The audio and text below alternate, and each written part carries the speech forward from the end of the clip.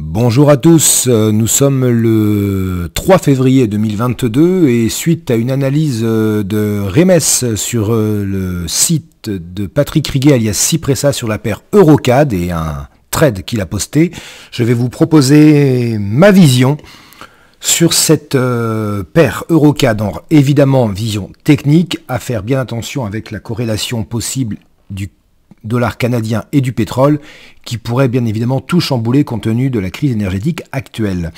Ce que je vois d'un point de vue purement technique, je démarre par l'annuel, avec un plus haut réalisé, vous voyez, en 2008, un plus bas en 2012. Actuellement, les prix sont à peu près au milieu. Ils sont sous la Tenkan, après une grosse baisse l'année dernière, mais qui a été bloquée par ce plat Tenkan, vous voyez ici. Donc, c'est de l'annuel, je ne vais pas m'éterniser, je trace un premier niveau, on voit que pour le moment il est pertinent, je trace évidemment la Tenkan actuelle qui est orientée, donc qui n'est pas un niveau de résistance extrêmement fort, par contre je vois cet autre plat Tenkan et celui un peu plus haut à 1,4980. Je m'arrête là pour l'annuel, pas grand d'informations pour le moment et rares sont les investisseurs sur le Forex, les traders swing oui, les investisseurs non, donc l'annuel ne sert principalement que pour les niveaux. En mensuel, que voit-on? Eh bien, en mensuel, nous avions un ancien range, vous voyez, avec une borne haute ici, une borne basse tout en bas qui a été cassée par le haut. Et actuellement, je vois que nous sommes dans un potentiel nouveau range. La borne basse n'a pas été touchée concrètement. Voilà, on le voit bien ici. 2017, la magnifique journée de retournement. Haut, redescendu. Double top, est-ce qu'on n'aurait pas une ETE possible? Si le range casse, on pourrait avoir donc pour les chartistes une ETE, pardon, un double top, je dis des âneries moi, voire même un triple top, vous voyez, à voir si le range casse, on pourrait vraiment s'effondrer et redescendre. Pour le moment, moi ce que je vois concrètement avec Ishimoku, c'est que les prix sont tout proches du bas du range mensuel et qu'ils ont été bloqués, vous voyez, sur le niveau de plat Tenkan annuel que j'ai cité juste avant, qui est lui-même, vous voyez, juste au-dessus d'un plat SSB mensuel, aligné ici à ce petit plat ici, et on voit que la réaction a été impeccable. Le mois dernier, nous n'avons pas réellement un marteau non plus, la mèche n'est pas suffisante, mais on voit qu'il y a une réaction sur ces niveaux de toute manière. La Chikou est libre, j'ai donc matérialisé, vous voyez, la Tenkan, la Kijun. La prochaine résistance pour les prix sera beaucoup plus haute, faudra d'abord casser la Tenkan, mais je vois aussi cette SSB qui est couplé sur les prix, que devra venir casser la Chikou. Donc pour moi, à la hausse, on est relativement libre. Je dis relativement, bien évidemment, parce qu'on peut toujours trouver des niveaux, des petites choses. Mais pour moi, dans les grandes lignes, on est libre jusqu'à 1,45. Où la Chikou devra commencer à affronter sa SSB et les prix, si ça se passe dans les 2 mois. Survente marquée, bas de range, donc j'ai plutôt un biais haussier. En hebdomadaire, que voit-on? Le range a été cassé. Et effectivement, il a été cassé. Mais réaction sur les supports d'unités de temps supérieures. Survente marquée. Donc pour le moment, voilà. Et là, par contre, on a eu un magnifique marteau en hebdo. Vous voyez, la semaine dernière, grosse hésitation. La Tenkan fait résistance pour le moment. Et les prix sont donc coincés actuellement sous une double support. La Tenkan hebdo et l'ancien bas de range. On voit bien que c'est une zone compliquée avec le support mensuel ici. Résistance, pardon, double résistance, j'ai dit support, c'est double résistance. Donc on voit bien que les prix ont cette velléité de vouloir remonter tant qu'ils sont au-dessus de cette zone, 41 là. Tant qu'ils sont au-dessus, on voit la volonté de remonter, de réguler. Je n'ai pas matérialisé la Kijun parce qu'elle est au même niveau que la Tenkan mensuelle, mais pour le moment, il faudrait déjà commencer par casser cette Tenkan hebdomadaire, ce qui reviendrait donc à réintégrer l'ancien range. Donc plutôt contre-tendance en hebdo, normal quand on arrive en bas d'un range mensuel.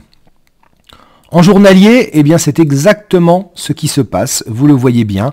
Même chose, le range a été cassé, mais réaction sur les supports avec un plus bas. Moins bas que le précédent, les amateurs de la théorie de dos apprécieront, et un plus haut qui n'a pas encore été dépassé, puisque le plus haut avait été ici, pile au niveau de la Tenkan hebdomadaire, qui représente ce plat SSB futur. Ce que je vois, c'est qu'on a eu ici un superbe avalement haussier qui a été repoussé par, vous voyez, la Kijun, revenu tester le bas, ce marteau ici, tac, et les prix sont partis à la hausse et ont enfin cassé la Kijun hier. Attention, la Tenkan est éloignée. Rentrer ici et maintenant serait un peu risqué, simplement parce que la Tenkan est éloignée, ce qui indique une certaine survente. Et quand on regarde 9 bougies en arrière, on voit que 1, 2, 3, 4, 5, pendant environ une semaine, s'il n'y a pas de nouveau plus haut, eh ben, elle va rester au même niveau. Évidemment, si on casse les plus hauts, elle montera. Elle s'orientera à la hausse en tout cas. J'ai ici un petit niveau que je n'ai pas matérialisé en daily qui peut avoir son importance. Voilà, on voit qu'il a parfaitement bloqué les prix là pour le moment. Vous voyez, aligné à ce plat Tenkan. Donc je le marque, hein, c'est ce grand plat Kijun aligné à ce plat Tenkan et on voit qu'il a bloqué les prix une fois, deux fois et cette semaine quasiment. Là, on est en vraie période d'hésitation. La prochaine résistance pour les prix, comme pour la Chikou, en sur cette unité de temps, sera la SSB ici, alignée à cette Kijun. Il y aura la Tenkan hebdomadaire ici, à casser avant. L'idée, vous voyez, serait donc de casser cette SSB, ce qui validerait un potentiel retour vers la résistance mensuelle que nous avons évoquée tout à l'heure pour la Chikou. Et là, on va rentrer en contact avec l'ancien haut de range, où on va retrouver également la Tenkan annuelle et la Tenkan mensuelle. Si les prix cèdent, on devrait aller rechercher l'autre plat Tenkan annuel et peut-être remonter, vous voyez, jusque cette zone aux alentours des 1,50. J'ai mis un objectif, la première résistance à 1,49,7, hein, parce que c'est la première résistance mensuelle, je la remontre. Tac. Qui est cette SSB, qui se situe juste en dessous, vous voyez, des 1,50 et de la Kijun mensuelle. Donc, hop là, je reviens sur le journalier. Si on casse la zone d'équilibre, enfin de cet ancien range qui pourrait potentiellement redevenir un autre, enfin voilà, si on casse cette SSB, on pourrait avoir l'idée de rechercher dans un premier temps, et si on cède, nous avons nos autres objectifs. Si on regarde le H4, pour détailler un petit peu, qu'est-ce qu'on voit? Eh bien, on voit des choses très intéressantes. Vous l'avez vu, nous sommes en range actuellement, avec la Tenkan hebdomadaire qui a repoussé au pic près, vous voyez, cette mèche du 24 janvier, repoussé en bas sur le niveau mensuel, magnifique marteau presque en bas du range, étoile du matin, et on est reparti à la hausse, et là, on teste le haut du range, juste au-dessus de la Kijun Daily qui est ici. Il est vrai que nous avons pour le moment des chandeliers d'hésitation entre la Kijun, entre la Tenkan pardon, et le haut du range, mais sans avoir eu un réel chandelier de retournement baissier. On voit que ça hésite très très très fort. À voir le chandelier en cours qui, bon, il reste 1h40, comme vous pouvez le voir avant sa clôture, pourrait former une très belle étoile filante et occasionner un repli éventuel pour quelques jours. Néanmoins, les grandes unités de temps m'indiquent davantage une hausse.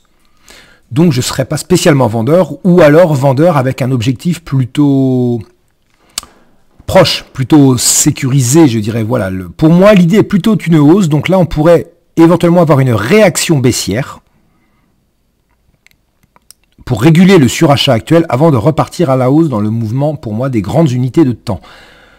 Alors oui, en H4, pourquoi pas, mais recontextualiser, je verrai une hausse. On pourrait imaginer que nous avons, je dirais ici, la Kijun Daily qui fait support. Et il est probable, je n'ai pas été voir, mais je vais le faire en direct avec vous, que, ben voilà, ça ne trompe pas, vous voyez, l'habitude de la lecture multi-time frame est absolument fantastique, parce que regardez, voilà, nous sommes dans un range M15. Tout simplement, la cassure de ce range M15 par le haut pourrait être très intéressante, et par le bas pourrait valider.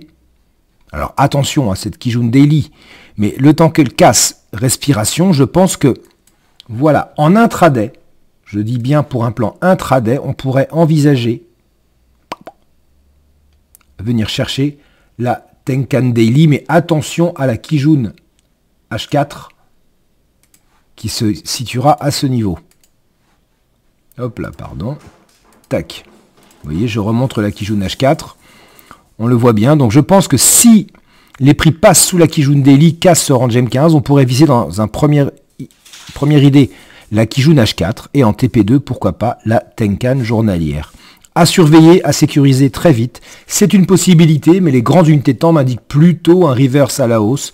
En intraday, un short, why not? En swing, j'attendrai pour une entrée longue. Voilà, merci à vous, très bonne journée. Au revoir.